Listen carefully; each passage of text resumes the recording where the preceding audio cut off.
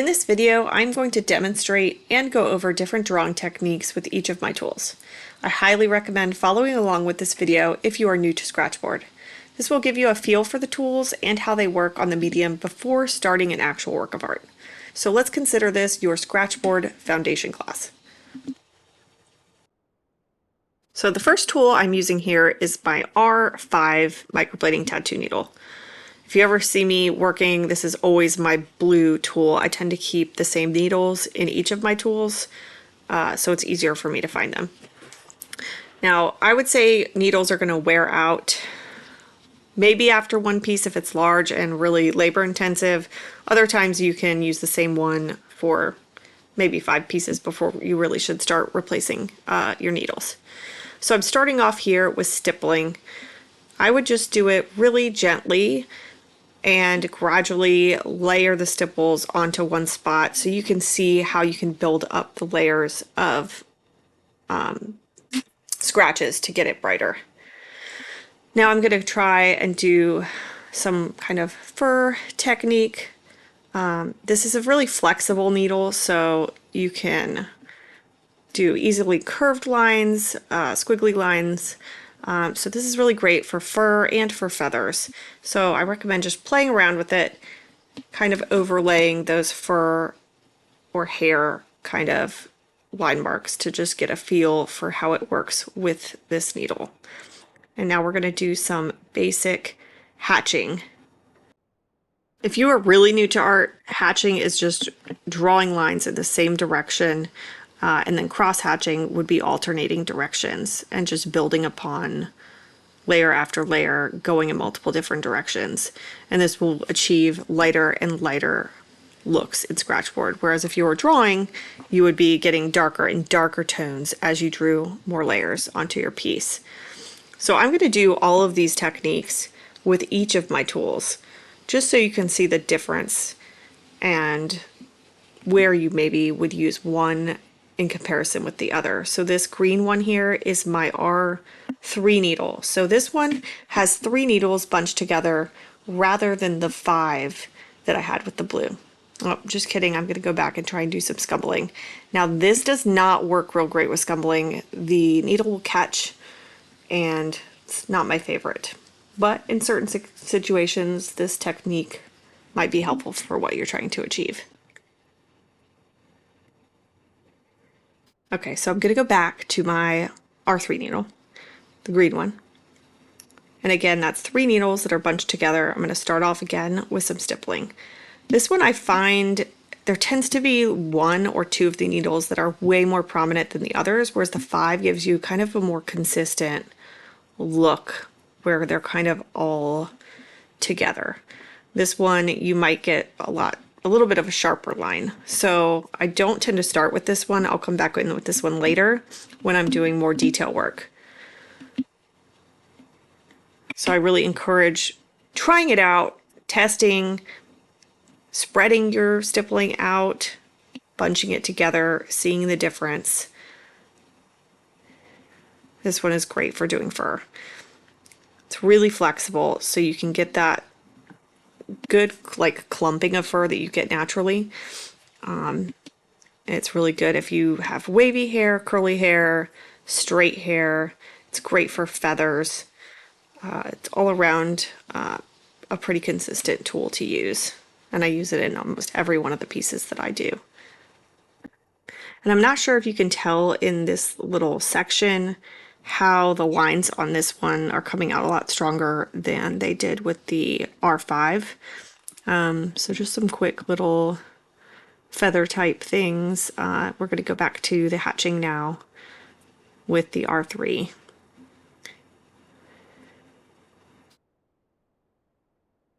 So you can see how just layering and gradually building up layers. I am really not pushing hard. It's really important not to push down hard. If you gouge the clay layer, you can't really cover it up with repair ink, and you're always going to have those scratch marks, so it won't scratch off cleanly later. So it's really important to just be gentle and slowly build up your layers until you get your piece as bright as you want.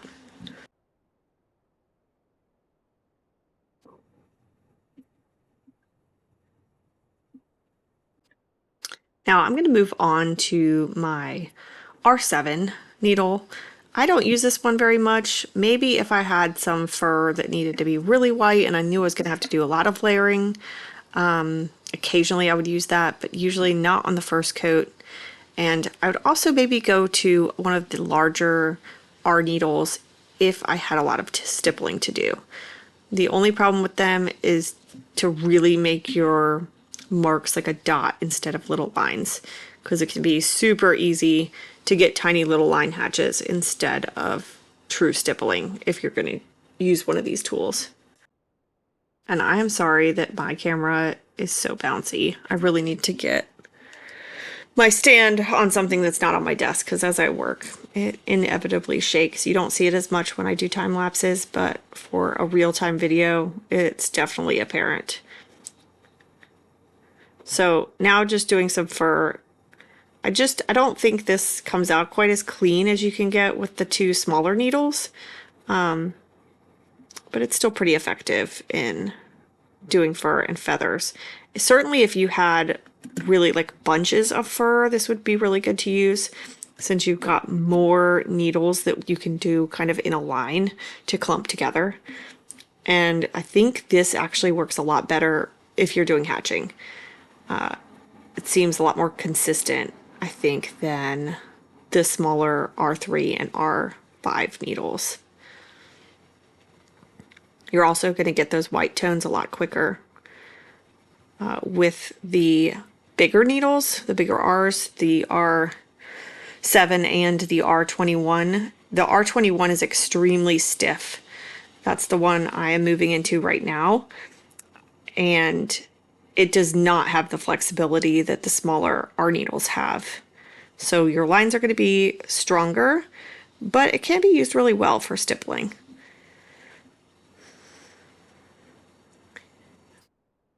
But again, I would say just be real gentle if you're using this, but it can have its advantages. I do not use this tool very often. I have it just in case I need it.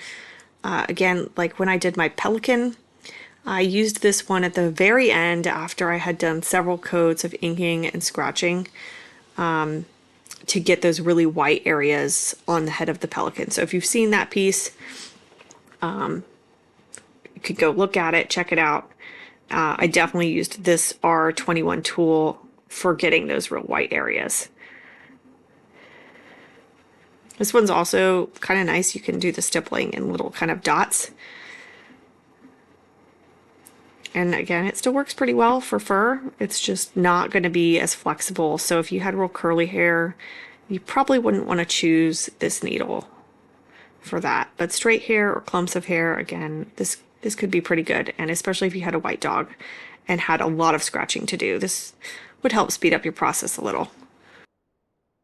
Again, we're going to go to some hatching now. I just really, I guess it seems a little repetitive, but it's good to get a good feel for your tools before you're going to start using them on an actual piece. I always think it's kind of better to test and get a feel for how they work before you move on to doing something where you might not want to make a mistake. And I'm doing all of this on a little 5x5 scratch board. So this is my U14. So here I'm just stippling with it. As you can see, when you stipple with the U needles, it's gonna still kind of make a line. So stippling with it is not the best, but in real small spaces, you kind of have to do that sometimes, or just do tiny little lines. Any kind of soft texture, I use it on noses a lot, the inside of a cat's ear, anything where I want a really soft look, this is definitely my go-to tool. It's also, I can use the side of it and get stronger lines, or I can use the flat side of it and get real soft textures. So as you can see, I'm using the edge and it makes a real distinct line. But then if you kind of flip over to the flat side, it can give you some real cool techniques. And the flat side is going to really give you super soft texture. So if you wanted anything that looked kind of out of focus, this could be a good tool to use. So again, here I'm going in with just some simple hatching, and you can see how I'm kind of brightening it on one side and really fading it out to those really lighter tones. And you can get real white pretty quickly with it. Also, when you scratch, dust is inevitable. My husband hates it. He is always on me to like suck it up with the vacuum, but that's just honestly, it's not practical while you're working to do that constantly. I definitely do that when I'm using the fiberglass brush because it will shed. But with my other stuff, I tend to just blow it or use a wide paintbrush and brush it off my surface. And then I clean my desk when I'm done. But you certainly will get dust when scratching. So I'm going into just cross hatching with this tool. I would say I probably use hatching or a variation of hatching and cross hatching with this tool. And you can really vary it up if you're doing short strokes or long strokes. This here is the U21. So you have 21 needles in that U shape, and you can really see with stippling, it's kind of impossible to get it not to be a line. But that can be helpful in certain situations. And when you're kind of stippling with it, it does give a real soft finish.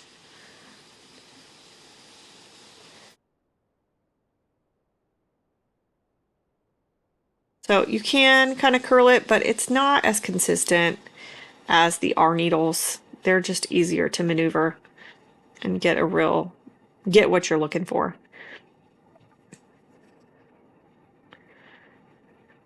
Hatching, again, I think is this tool's bread and butter. If you have something with like out of focus, bokeh circles or something in the background, I've done a kingfisher with those, or my owl piece, if you've seen that. The Meadow of the Watchful Owl, he's kind of in a field of dandelions, and I use this tool a lot in the background to get the soft out of focus looks.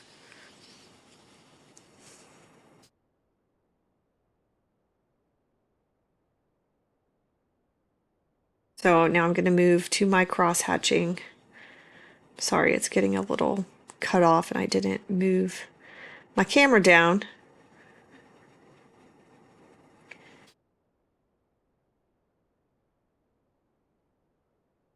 Again, blowing more dust off my surface. Okay, so now we are going to move on to the fiberglass brushes. These, even after years, I still feel like I do not have these down. They do really make things a lot faster, but I feel like I don't have the control that I have with the tattoo needles in these. They're great if you want to do a scumbling texture. I use them a ton if I have fabric in a piece. I know other artists that use them as the base coat in their fur. I just feel like it's just not my favorite. I also be warned that it really does shed, and if you aren't careful, you're going to get pieces of fiberglass in your hands, or you're going to blow it off and it might get in your pants, and then your legs will be itchy for the rest of the day. I've experienced that before, and it's not fun. So this is the extra thin fiberglass tool, and this one is really good for dog noses. If you really want that distinct, their noses get that kind of like dotty texture. This can be awesome for that. Again, this tool I use a lot for various fabrics, any like basket textures, anything like that. It's a real good texture tool. It's kind of soft. You can get whites super quick. If you can see my hatching with the larger one, you do get, if you want a really solid white area, this would be a good tool to use to achieve that. So here you can see this kind of almost like a little knitting pattern that you could use if you had a blanket or something. It works really well. And you can have a sharpening block and actually sharpen, like you'll rub your fiberglass brush on the sharpening block, and that can give you like a strong point or an angle. I've found that if you have a point, it's going to wear off pretty quick. You're going to break the fiberglass pieces off. And the tool's also awesome. You can just replace the fiberglass stick when you run out. So it's a very versatile tool. It just takes a little bit of getting used to. and it's a bit messy. Okay, so here is my 1RL. It's like a liner. It's a single tattoo needle. Now this is awesome for details. If you want to be real detailed with some real detailed fur or feathers, this is a great tool to come in with at the end. It's going to give you, it's really flexible, so you can kind of move it any which way. And it's also real clean in the lines it makes. So all in all, it's a great tool to have, but it is a regular tattoo needle, so it does not fit into a stylus. You can buy a like stylus pen holder for it, but I kind of found that just kind of clunky, and I prefer just to hold onto the needle while I'm using it. Now, while you can hatch with this or cross hatch, it's much better just to use one of your other needle tools for that.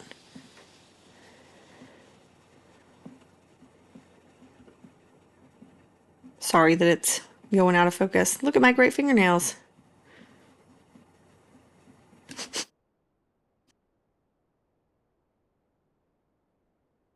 I will show a picture of the finished thing at the end, so if you missed anything, you can see everything together, and I end up labeling each part with what needle I used. Okay, so my X-Acto, the first pieces I did when I started Scratchboard, the first few years that I did Scratchboard, I made all my pieces with just an X-Acto blade. So this tool is extremely versatile. You will need to replace your blade every few portraits, especially if you're doing a big one. You might need to replace it, especially if you break off the tip or something. It's really great for stippling, but do know that it takes a long time. This is what I use for whiskers. Anytime an animal has whiskers, I'm going to use my X-Acto blade.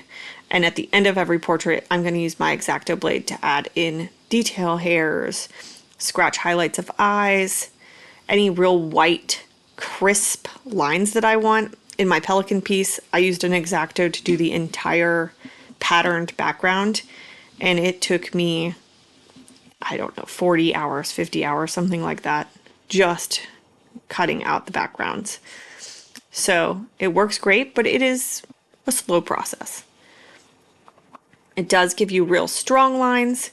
Just be dedicated when you're making your lines with it. If you have a whisker, it's going to be one quick stripe of the blade and you're pretty much invested. If you stop or you second guess yourself, you're going to end up with a crooked line, or it's not going to look good, and it's also going to be kind of hard to cover up.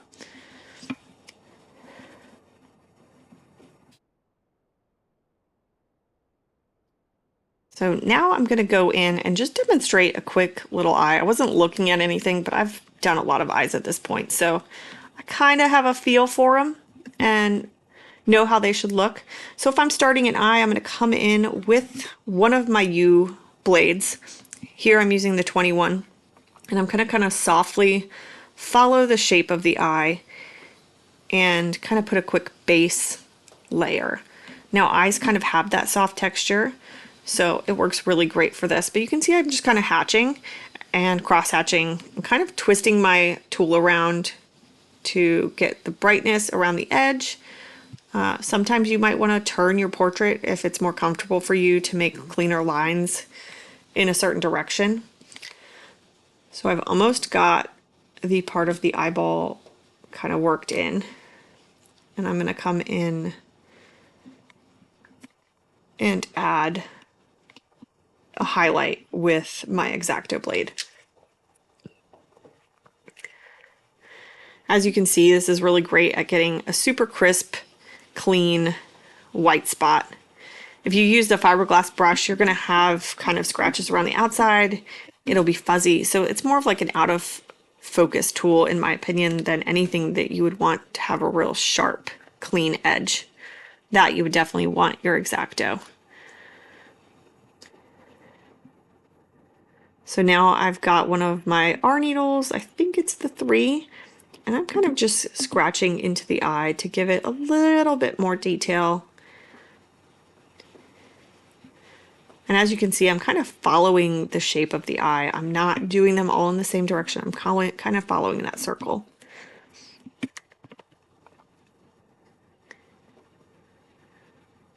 Got my U14, and I'm going to just kind of line the bottom edge of that eye. And I am pretty much just doing like stippling in a line.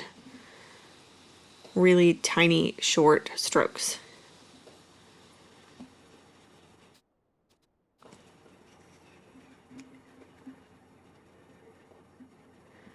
Now I'm going to switch over to one of my R needles. I'm not sure if it's the 3 or the 5, but I'm going to come in and just do some fur. It's going to kind of follow the shape of the eye.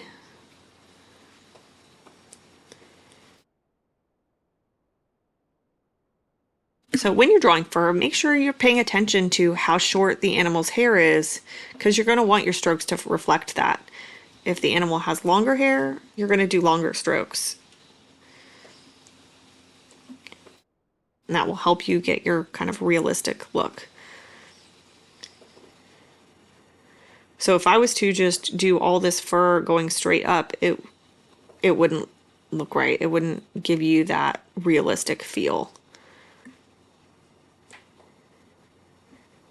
I really encourage you to test this out, try it. I mean, you can look at a picture of an eye if you want, or just kind of follow along with me.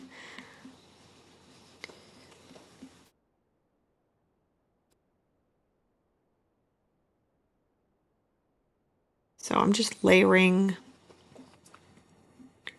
and shaping around the eye. I am using my R5 right now.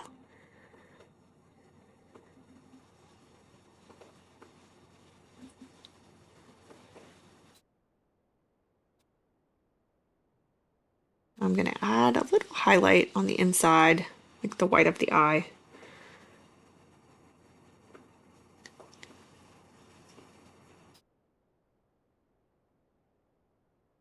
And overall on my board, this is probably about 1 square inch for this entire eye that I'm working on. Just to give you a feel for the size. It's probably about the size of a quarter, maybe slightly bigger than a quarter when I'm finished. So I'm going back to my U. The inside of an eye doesn't have a whole lot of fur. It's usually more skin. So I like to add use my U needle so that it gets a real soft finish. Now I'm going to add some details with my X-Acto. Again, I don't ever really start with my X-Acto. I like to come back in with that later after I have my base layer, or a few layers of fur first. And when you do that, when you come back in and layer with finer needles, you really get a lot of dimension added into your portrait.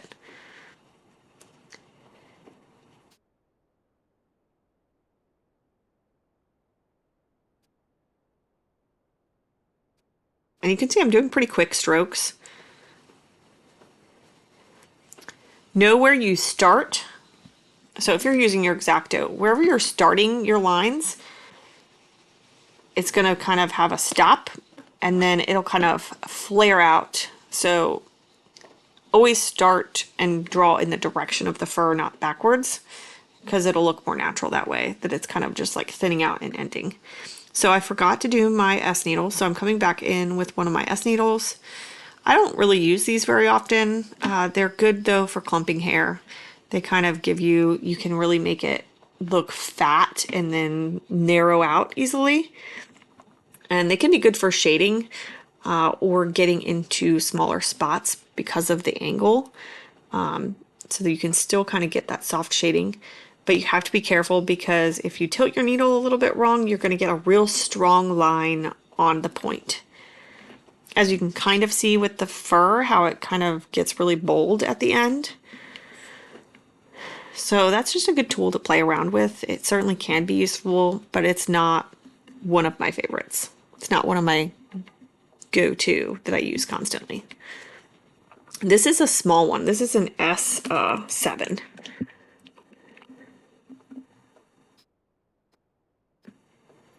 And I really haven't used this one very much. But do you see how strong the lines are with it? I'm not sure why. I guess it's just because of the angle, maybe the way you hold it. I decided to add a little bit more to my eye using that little S needle. So it can do pretty soft shading, and then you see how I'm getting in those kind of like finer hairs if I turn the needle more straight on rather than being on its side. And its hatching and cross hatching looks pretty similar to the wider S14 needle.